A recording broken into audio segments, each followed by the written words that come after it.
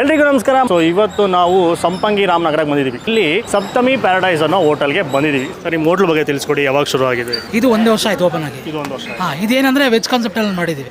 Unlimited 100 ರೂಪಾಯಿಗೆ full meals. So veg meals ಜೊತೆಗೆ non veg starters ಮತ್ತೆ ಗೀ ರೈಸು ಈ ಥರ ಬಾಸುಮತಿ ಬಿರಿಯಾನಿ ಎಲ್ಲ ಶುರು ಮಾಡಿದ್ದೀವಿ.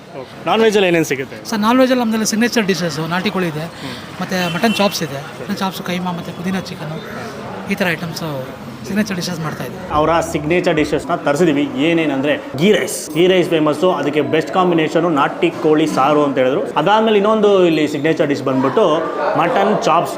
ಅದಕ್ಕೆ ಬೆಸ್ಟ್ ಕಾಂಬಿನೇಷನ್ ಏನು ಅಂದರೆ ಬಿರಿಯಾನಿ ರೈಸ್. ಅವಾಗಲೇ ಬಡ್ಸ್ಕೊಬೇಕಾದ್ರೆ ಘಮ ಘಮ ಘಮ ಘಮ ಘಮ ಅಂತ ಇತ್ತು. 100% ಜೀರಾ ಸಾಂಬಾರ್ ರೈಸ್ನ ಬಳಸ್ತಾರೆ ಗೀ ರೈಸ್ ಮಾಡೋದಕ್ಕೆ.